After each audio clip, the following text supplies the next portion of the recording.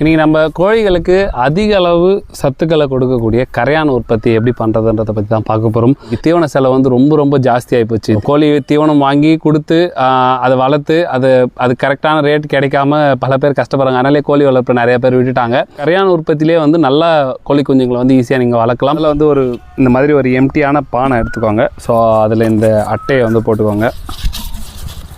சின்னதாக கூட கட் பண்ணிக்கலாம். ப்ளஸ் பேப்பர்ஸ் ஃபஸ்ட்டு வந்து அட்டை போட்டுக்கோங்க. ஸோ அதுக்கு மேலே பேப்பர், அதுக்கு மேலே வைக்கோல் கொஞ்சம் போட்டுக்கோங்க. கடைசியாக மேலே சாக்கு போட்டுக்கோங்க. அந்த சாக்கை எப்பயுமே பானையிலேருந்து கொஞ்சம் வெளியே வர மாதிரி வச்சுக்கோங்க. ஏன்னா மண்ணுக்கும் சாக்குக்கும் கான்டாக்ட் இருந்துச்சுன்னா தான் ஈஸியாக வந்து கரையான் உற்பத்தி ஆகும். நீங்கள் உள்ளே போட்ட எல்லா பொருளும் ஊறுற அளவுக்கு தண்ணி ஊற்றிக்கோங்க. அந்த பானையை இந்த மாதிரி ஆல்ரெடி கரையான் இருக்கிற இடத்துல கவுத்திங்க அப்படின்னா சீக்கிரமாகவே உங்களுக்கு கரையான் உற்பத்தி ஆகிடும். அந்த மாதிரி உங்களால் வைக்க முடியல அப்படின்னா ஆல்ரெடி கரையான் இருக்கிற இடத்துல இருக்கிற மண்ணையும் கொஞ்சம் கரையானையும் இந்த பானைக்குள்ளே போட்டு இந்த மாதிரி கவுத்து வச்சுட்டீங்க அப்படின்னா உங்களுக்கு ஈஸியாகவே கரையான் உற்பத்தி ஆகிடும். பானையை சுற்றி எறும்பு போகாத மாதிரி மண்ணு போட்டுக்கோங்க. இதோட முழு வீடியோ பார்க்கணும்னா கீழே இருக்கிற வீடியோ கிளிக் பண்ணி பாருங்கள்.